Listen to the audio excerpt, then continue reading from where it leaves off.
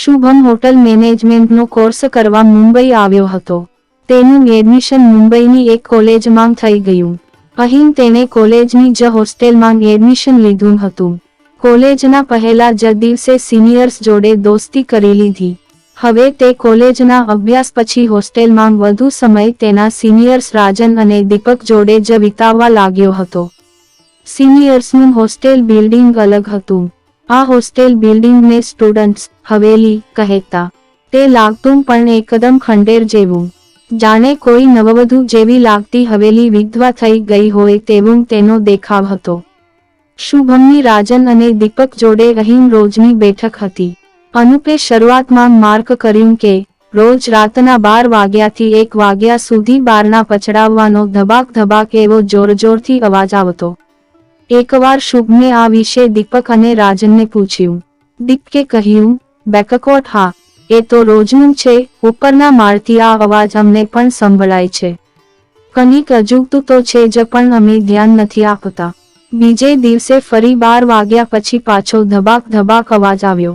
આ વખતે અનુપે રાજન અને દીપકને ઉપર જઈને ચેક કરવા કહ્યું.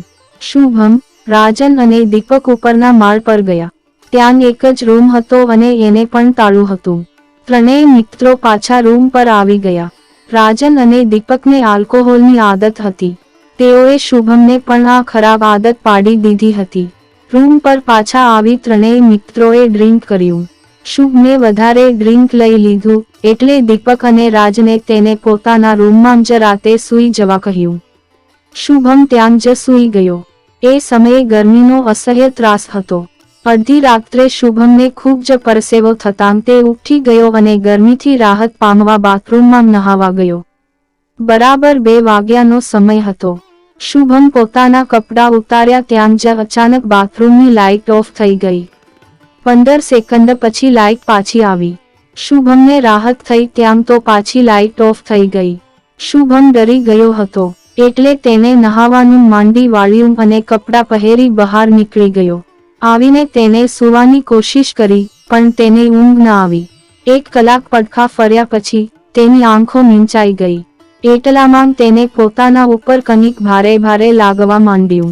અતિશય વજન લાગતા તેની આંખો ખુલી ગઈ.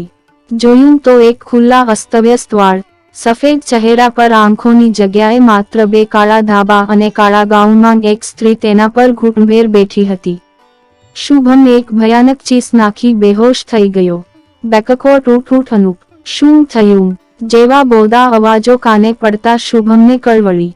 તેને જોયું તો દીપક અને રાજન તેને હચમચાવી ઉઠાડી રહ્યા હતા. બેકકોટ શું થયું યાર? તારી ચીસ સાંભળી. છેલ્લા અડધી કલાકથી ટ્રાય કરીએ છીએ તને ઉઠાડવાનો. શુભમ કંઈ જ જવાબ આપ્યા વગર મોબાઈલમાં સમય જોયો. પરોઢના 5 વાગી ગયા હતા. ઉનાળાનો સમય હોવાથી આછું અજવાળું થઈ ગયું હતું. તેને કંઈ જ બોલ્યા વગર પોતાના ચંપલ પહેર્યા અને ઝડપભેર એ હોસ્ટેલ બિલ્ડિંગની બહાર નીકળી પોતાના બિલ્ડિંગમાં આવી ગયો. આખો દિવસ શુભમ કોલેજમાં પણ ડિસ્ટર્બ રહ્યો. તેના મગજમાંથી વિચારો જતા નહોતા. એ દિવસે તે એ હોસ્ટેલ બિલ્ડિંગમાં ગયો જ નહીં. રાજન અને દીપકને નવાઈ લાગી અને તેઓ શુભમને મળવા આવ્યા. શુભને એ રાતે શું બન્યું એ બધી જ વાત રાજન અને દીપકને કરી. રાજન અને દીપક બંને ડરી ગયા હતા કારણ કે રોજ બારણાનો અવાજ સાંભળવાથી તેમને અંદાજો તો હતો જ કે કંઈક ગરબડ છે. તેમને હોસ્ટેલના ઇન્ચાર્જને બધી વાત કરી પણ તેમને બેકકોટ આવું કંઈ જ ન હોય. તમારા જેવા એજ્યુકેટેડ સ્ટુડન્ટ્સને આ ન શોભે, કહી વાત રફેદફે કરી નાખી. આમને આમ 2-3 દિવસ વીતી ગયા. રાજન અને દીપકને શુભમ કોલેજમાં જ મળતો. તેને રૂમ પર આવવાનું બંધ કરી દીધું હતું. આજે દીપક અને રાજને નોટિસ કર્યું કે રાત્રે દરવાજાનો અવાજ સંભળાતો નહોતો. થોડી રાહત સાથે બંને મિત્રો સૂઈ ગયા. રાતના લગભગ 2 વાગ્યાની આસપાસ દીપકને કોઈ તેનું ઓઢવાનું ખેંચતું હોય એવું લાગ્યું. 2-3 વાર આ ક્રિયા ચાલી, અંતે દીપકની આંખ ઉઘડી. આંખ ખોલતા જ તેની નજર ઉપર છત પર પડી. એવી જ સ્ત્રી, ખુલ્લા વાળ, સફેદ ચહેરા પર કાળા ધાબાવાળી આંખો અને કાળું ગાઉન. આ સ્ત્રી ઘૂંટણભેર ઊંધી છત પર ચાલી રહી હતી. દીપકની ચીસ નીકળી ગઈ અને તે પલંગ પરથી નીચે પડી ગયો. ત્યાં એ જ સ્ત્રી પલંગની નીચે તદ્દન દીપકની નજીક હતી. દીપક પણકારની ચીસ નાખી બેહોશ થઈ ગયો. થોડીવારે તેને હોશ આવ્યો તો રાજન તેની પાસે બેઠો હતો. રાજને દીપકને પૂછ્યું, બેકકોટ શું થયું દીપક? આજે તારી જોરથી ચીસ સાંભળી હું પણ ડરી ગયો હતો. બોલ યાર શું થયું હતું? દીપકે પાણી પીધું અને તેને સંકેત દ્વારા બહાર મળવાનું કહ્યું. દીપકે બીજે દિવસે રાજન અને શુભમને પોતાની સાથે બનેલી ઘટના કહી. હવે તેઓ ખૂબ ડરી ગયા હતા. આ રૂમમાં રહેવા નહોતા માંગતા. તેમને ડીનને રૂમ ચેન્જ કરવા માટેની અરજી કરી, પણ એન્યુઅલ એક્ઝામ પાસે જ હતા અને માત્ર 15 જ દિવસનો સવાલ હતો એટલે રૂમ બદલી આપવાનો તેમને ઇનકાર કર્યો. પરીક્ષા નજીક હોવાથી બધા ભણવામાં વ્યસ્ત થઈ ગયા. એકવાર રાજન અડધી રાત્રે દર્દથી ચીસ પાડી બેહોશ થઈ ગયો. દીપક તેની ચીસથી ડરી ગયો અને તેને હોશમાં લાવવા પ્રયત્ન કર્યો. રાજન હોશમાં આવ્યો અને તરત તેને પોતાના જમણા હાથના કાંડા તરફ જોયું. દીપકના હોશ ઉડી ગયા. રાજનના હાથના કાંડા પરથી લોહી અને માંસ બહાર નીકળી ગયું હતું. કોઈએ જોરથી બટકું ભરી તેને નોચી લીધું હોય એવું લાગ્યું. એટલામાં બાથરૂમમાંથી કોઈનો રડવાનો અવાજ આવી રહ્યો હતો.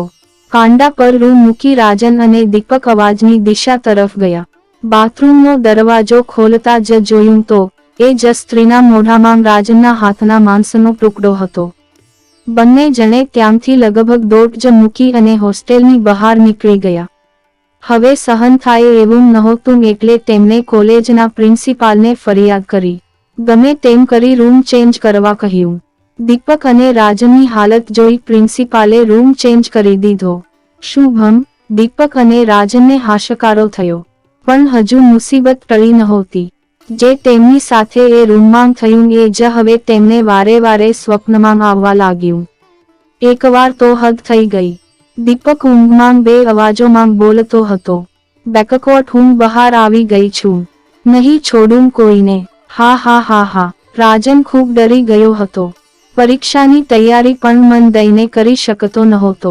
એ તો ઠીક પણ હવે આલ્કોહોલ પણ કંઈ કામ નહોતો આવતો. પરીક્ષાના પહેલા દિવસે સિક્યોરિટી ગાર્ડે રાજનને રોકી તેને કહ્યું, બેકકોટ તમને લોકોને આ હોસ્ટેલ બિલ્ડિંગમાં કંઈક અજુગતું અનુભવાયું ને? રાજનને આ ગાર્ડ પાસે કંઈક ઉપાય મળી રહેશે એવું લાગતા તેને બધી વાત કરી. ગાર્ડે તેને એક બાબાનું એડ્રેસ આપ્યું. રાજને હવે આ પરિસ્થિતિમાંથી ગમે તેમ બહાર આવવાનું નક્કી કર્યું. એ જ દિવસે રાજન, દીપક અને શુભમ ત્રણેય એ બાબા પાસે ગયા. સઘળી વાત જાણી બાબાએ રાજનના કાંડા તરફ જોયું. થોડીવાર બાબાએ આંખો બંધ કરી ધ્યાન ધર્યું. લગભગ 15 મિનિટ પછી બાબાએ આંખ ખોલી અને વાતની શરૂઆત કરતા કહ્યું, બેકકોટ વર્ષો પહેલા આ હોસ્ટેલની જગ્યાએ એક હવેલી હતી. ત્યાં એક દંપતી રહેતું હતું. પતિ ખૂબ જ વ્યભિચારી હતો. તે રોજરોજ નશો કરી આવતો અને પોતાની પત્નીને મારતો. એકવાર મારઝૂડ કરતાં તેની પત્નીને ધક્કો વાગ્યો અને તે હવેલીના 3જા માળેથી નીચે પડી. નીચે જ કણીદાર વસ્તુ ભોંકાતા તેનું મૃત્યુ થયું. આ બધું અડધી રાત્રે થયું. પતિએ તેની લાશ એ જ 3જા માળના રૂમમાં ભીંતમાં જ ચણી દીધી અને એ રૂમને અઘોરીઓની મંત્રવિદ્યાની મદદથી બંધ કરી દીધો. હવે તે સ્ત્રીની આત્મા શક્તિશાળી બની ગઈ છે અને બહાર નીકળી ગઈ છે. એટલે જ હવે ત્યાં બારના પછડાવાનો અવાજ બંધ થઈ ગયો છે. શુભમ, રાજન અને દીપક વાત સાંભળીને જાણે કાપો તો લોહી ન નીકળે એવા ઠંડા થઈ ગયા. હિંમત કરી શુભમે પૂછ્યું, બેકકોટ હવે આનો શું ઉપાય બાબા? રૂમ તો અમે છોડી દીધો પણ હજુ પણ તે હેરાન તો કરે જ છે. બેકકોટ એ પ્રેતાત્મા બદલો નહીં લે ત્યાં સુધી તે ભટકતી જ રહેશે. એમાંને આ છોકરાનું લોહી ચાખી લીધું છે. એટલે એ છોડશે તો નહીં તેથી આ ઘા રોજાય નહીં ત્યાં સુધી એ જગ્યાએ જતાં પણ નહીં. આ લો તાવીજ અને હનુમાનજીની છબી. તમારા બધા પાસે રાખજો. એ પ્રેતાત્મા કંઈ જ નહીં કરી શકે. બાબાએ ઉપાય બતાવતા કહ્યું. શુભમ, દીપક અને રાજન તાવીજ અને હનુમાનજીની મૂર્તિ લઈ રવાના થયા. હનુમાનજીની રક્ષાથી ત્રણેય જણે શાંતિથી પરીક્ષાઓ પૂરી કરી અને વેકેશન પડતાં જ પોતપોતાના ઘરે ચાલ્યા ગયા.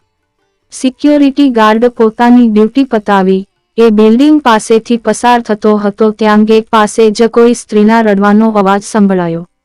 આવી જ વાર્તાઓ સાંભળવા માટે અમારી ચેનલને લાઇક કરો, શેર કરો અને સબસ્ક્રાઇબ કરો.